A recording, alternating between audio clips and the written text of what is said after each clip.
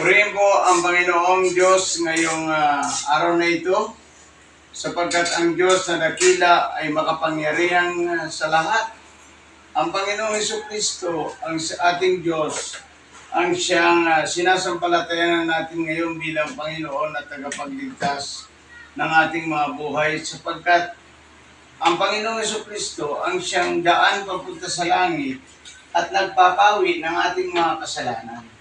Purihin natin ang Panginoon. Sabi niya dito sa Roma, chapter 4, verse 7 to 8, ay ganito po. Roma, chapter 4, verse 7 to 8. Mapalad yaong mga pagsuway ay pinatawad na, at ang mga kasalanan ay napawi na.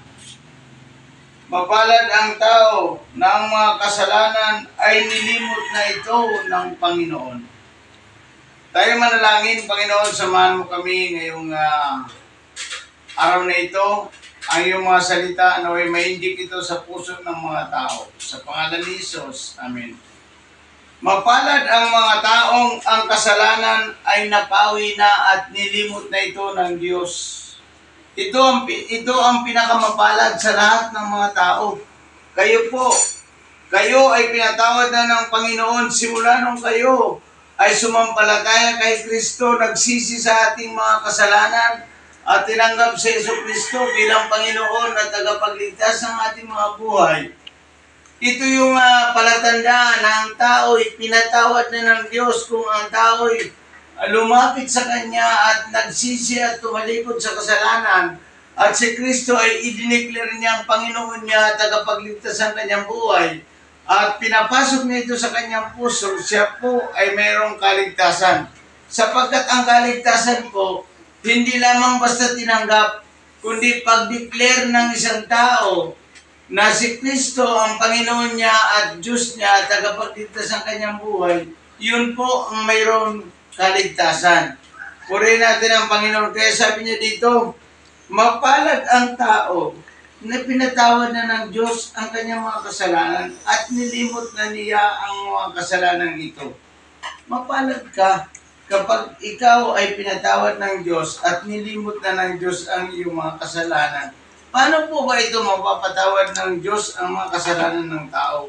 Una, kailangan pagsisihan mo at talikdan ang iyong mga kasalanan.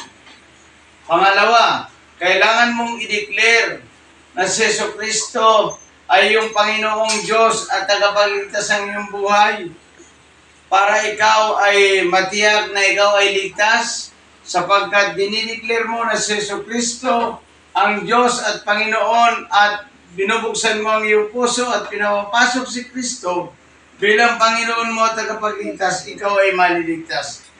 Gusto niyo ko pong matandaan ninyong lahat. Una, kapag ikaw ay nagsisi sa kasalanan mo at tumalikod, ikaw ay lumalapit sa Diyos. Pangalawa, kapag dineclare mong si Jesucristo ang Panginoon mo at tagapagligtas ng iyong buhay, at inanyayahan mong pumasok sa iyong puso bilang Panginoon mo at tagapagligtas, ikaw ay maliligtas. Maliwanag yan sa Roma, chapter 10, verse 9 to 10.